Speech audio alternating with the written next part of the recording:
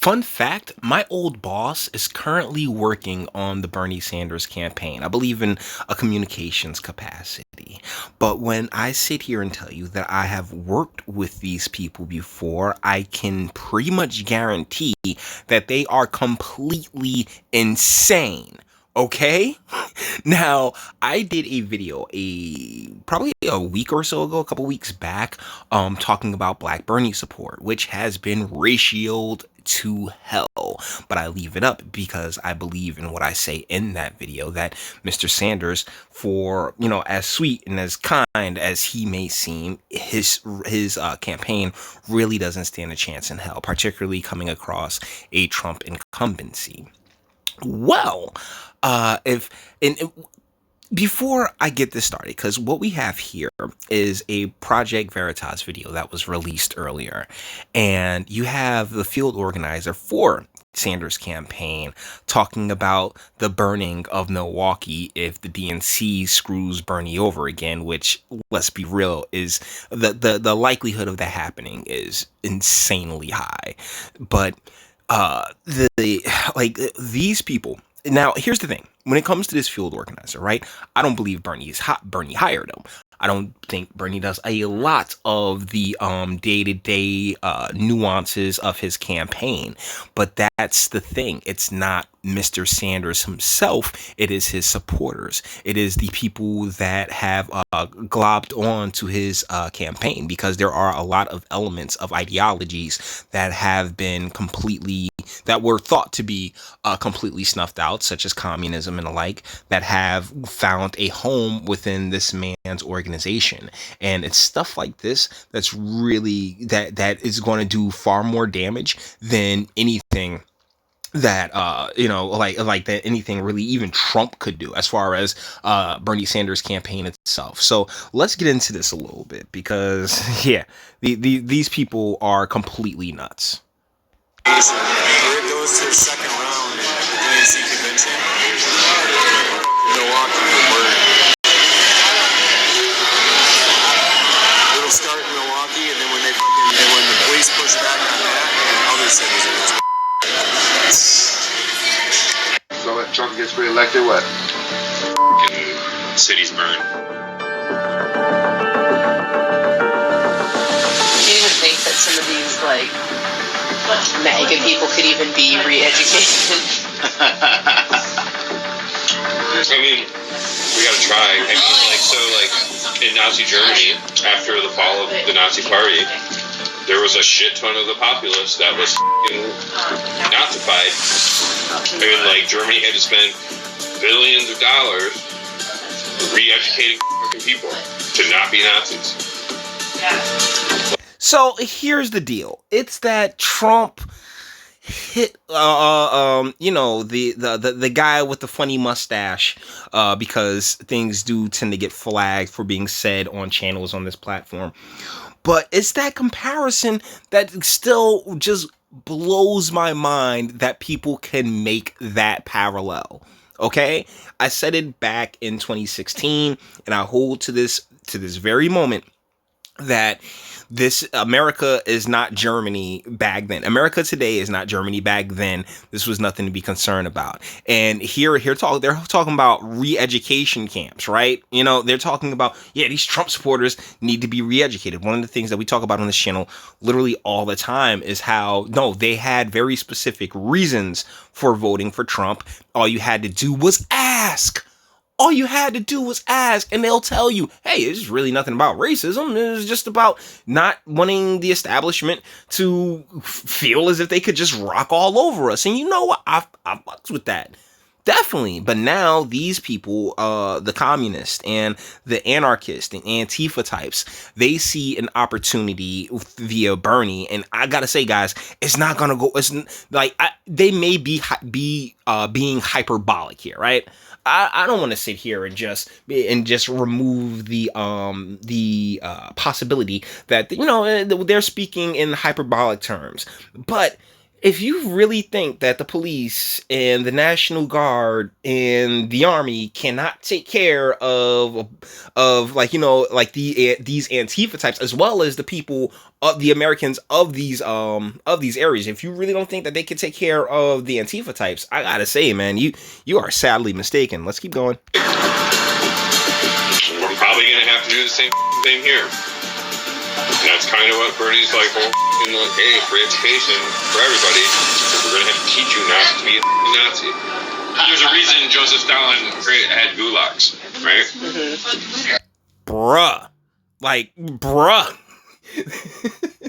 Like, honestly, like, part of me really doesn't want to believe. I really gotta feel like this feels like a parody, but unfortunately in 2020, everything that is satirical is coming to pass, and it's insane. And actually, gulags were a lot better than like what like the CIA has told us that they were. Like, people were actually paid a living wage in gulags. They had conjugal visits in gulags.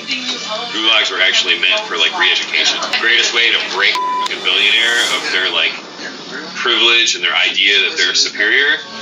Here's the thing, though. I mean, Mr. Jurek, if you're being sincere here, it's not their superiority, it's your inferiority that you really need to work out. Okay, trust me, that billionaire ain't even thinking about you, bruh. But you thinking about them. And as opposed to, trying to do what you can to better your circumstances, you're just looking upon them with jealousy. And, I mean, come on, man. Stay out of other people's pockets. Go out and break rocks for 12 hours a day. You're now a working class person, and you're going to learn what that means, right? Bernie doesn't get the nomination. It goes to the second round at the DNC convention. Milwaukee. Well, wait a second. He said go break rocks. That is literally slave labor, not working class, my guy. That's some chain gang shit. Like, you are wow, that's insanity. It really is. And this video, I can't help but feel like it'll pick up a lot more traction in the coming days. But yeah, like. Talk about a way to torpedo your candidate, right? By just saying some of this insane shit. It'll start in Milwaukee, and then when the police push back on that, other cities will.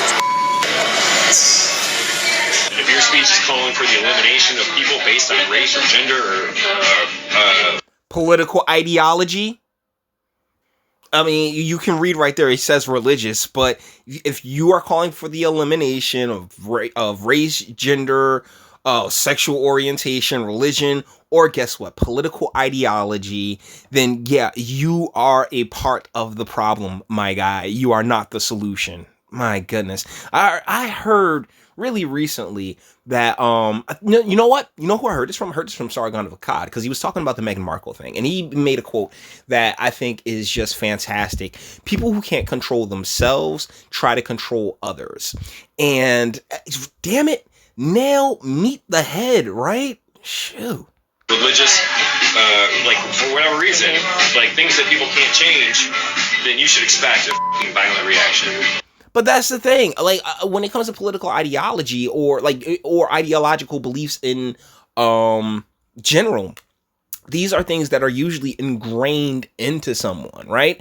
So like, I don't want to sit here and say, oh yeah, you can't change your beliefs, or you can't change your mind about things. I mean, of course, but when it comes, like a lot of us, such as myself, I was born, I have the foundation of the Christian faith. Now, do I call myself a Christian? Am I a religious person by any stretch of imagination? No, but do I believe that there's a God, and somewhere along the line somebody died for my sins? Yeah, I like to draw comfort from that.